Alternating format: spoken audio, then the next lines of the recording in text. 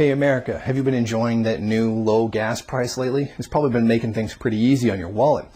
Well, according to one source, that being Time magazine, the price of gasoline in the last little while has gone to its lowest point in 4 years. And for many places across the United States, for the first time in a very long time, the gas price has come under $3 a gallon. Industry analyst Trilby Lindenberg said Sunday that the average price for regular grade gas is $2.94 per gallon, while mid-grade averages $3.18 and premium $3.34. Retail diesel averages about $3.64. Lindenberg said that the price has dropped 78 cents per gallon since its peak in May.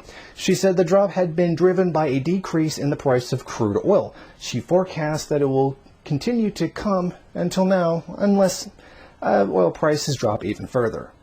Now, in completely unrelated news, ISIS fighters who've been digging deeper into the oil-rich sections of Iraq, capturing at least 11 oil fields around Kirkuk, apparently, according to the Iraqi government, ISIS has been selling black market oil. That's right. ISIS has been taking advantage of the oil fields that they have and has then been selling that and using that to raise money for, well, frankly, terrorism. According to their sources, they're selling oil for as little as $20 a barrel, which is about 1/4 of what the regular market is actually selling it. However, they're having a very difficult time of trying to figure out who it is that they're selling it to. Iraq's diplomatic agency and oil ministry are actively working on finding those who buy oil from the group and to inform the international community on it for taking the appropriate action.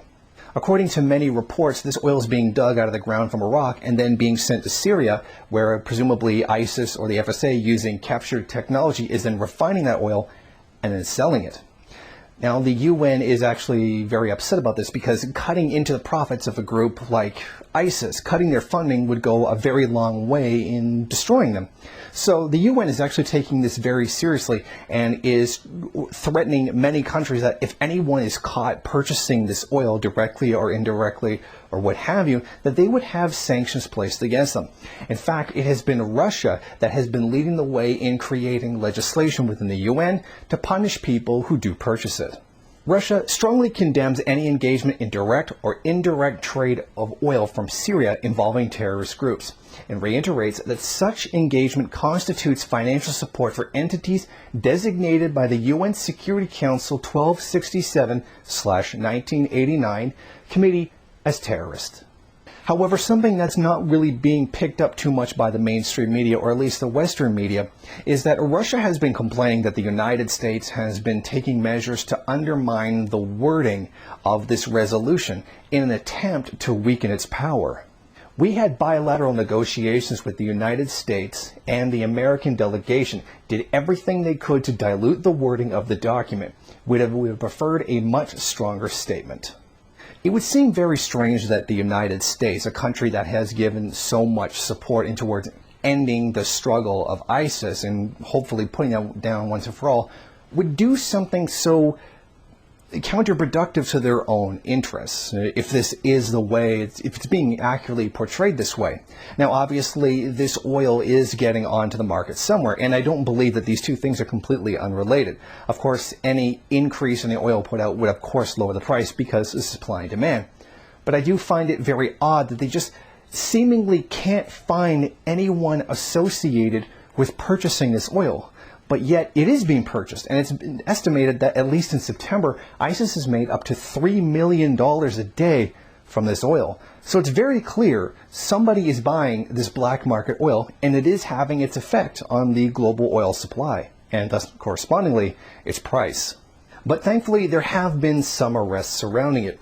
Earlier this week, the Kurdistan regional government in Iraq, Kurdistan, ordered the arrest of 360 suspects on charges of oil dealing with ISIS, according to Bahas News. The investigation into the case of some Kurdish Peshmerga ministry officials involved in oil dealing with ISIS militants in Kirkuk has been underway, and scores of suspects have been arrested, according to this same source, Bahas News. They were citing a member of the Iraqi Kurdistan parliament, now found guilty, that detained suspects who allegedly bought oil from the militants in the Kirkuk province and then smuggled it to Iran, could be charged with an article of Kurdistan terror law which includes the death penalty, the Erbil-based news agency reported.